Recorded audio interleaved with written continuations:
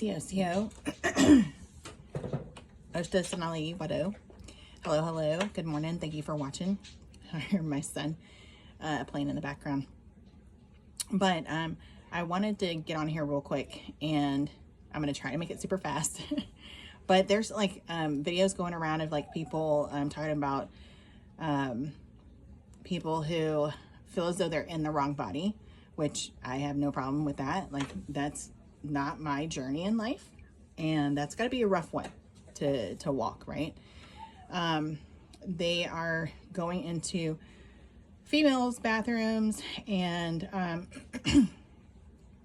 they are just acting inappropriately, whatever that looks like, right? So if that's revealing themselves or staring or whatever, like, we all know, like, even if it's like same sex, doesn't matter. If you're staring, like, that's rude. You shouldn't be doing it. It doesn't matter. It's people's personal bubble. It's just respectful and stuff. So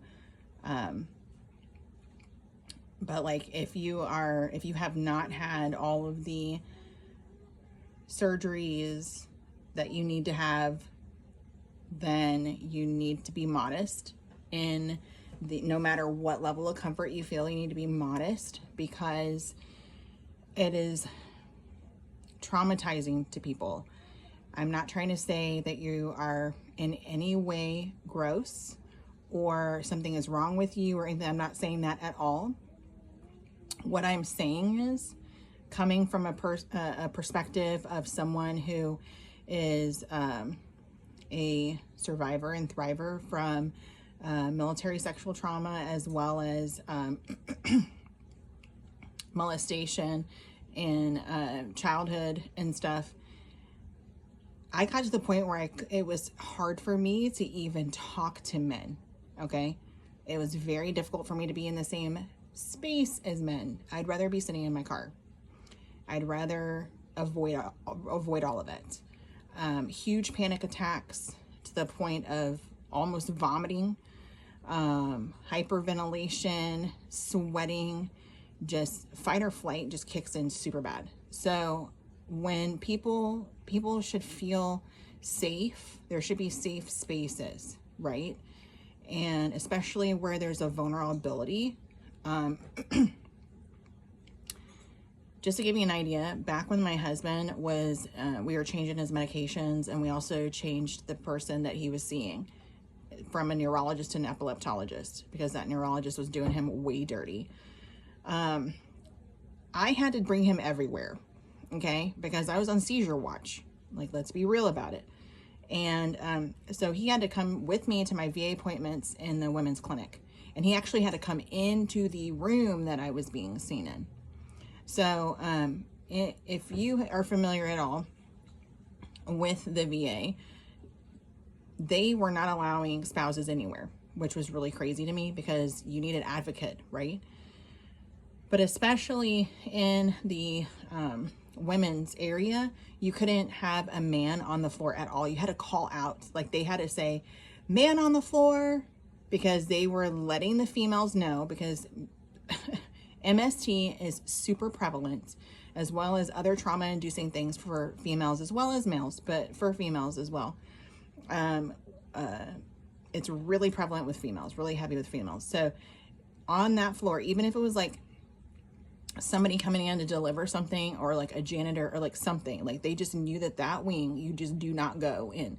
So it was difficult for me to get him in there. And when they hollered "man on the floor," we went straight, we beelined it for the room that I had to go get checked out in. And at the time, I had to go like multiple times. I think it was around the time that I was having like really bad heart issues. And so anyway, and we had to sit in there, and man, at that point in time, the VA was running like hours behind. So it wasn't like we had the luxury of walking in and out and going to the bathroom and getting snacks and whatever. No, we were stuck in the room for hours until it was my time to see the doc. So like, just think about it. There are laws against voyeurism, right? There are laws against like anything regarding peeping Toms, even public urination, like you can get cited for that, right? So like, come on, you know what I mean? You just can't have it hanging out like that. You literally can't. And I don't care who says they're okay with it. I don't care, because there are people who have gone through traumatic experiences that think they're okay, right? I have been to the point where I thought, oh yeah, I'm good. And then I go somewhere, do something, and I'm wondering why days later, I feel like a heavy weight on me, like I'm dragging. It's like hard for me to like physically go throughout the day. It's hard for me to get anything done. I'm eating like all these things. I'm staying up and scrolling through my phone, and I'm wondering why my sleep patterns are disrupted. And it's like, oh, right. I didn't handle that. I thought I did, but I didn't. Psych, just kidding, right? Anyway, so nobody, I'm going to tell you, like in people's heart of hearts who have good morals and values, you're not hurting a fly, you're minding your own business, you're living your best life. Nobody needs to know what's going on down there. Nobody does, right? Even for females, stay covered up in front of other females, because there are people who are not so cool in the female world, right? They're not, just because they're a female does not mean that they are like good, honest people with morals and values, right? That will that have your best interest at heart. They would never want to flaunt themselves, or, you know, whatever. Like, eyes are up here, you know what I mean? Like, let's just practice. There's etiquette, right? Let's be real about it. So anyway, don't go hang. We meet again. Love you, mean it. That's it.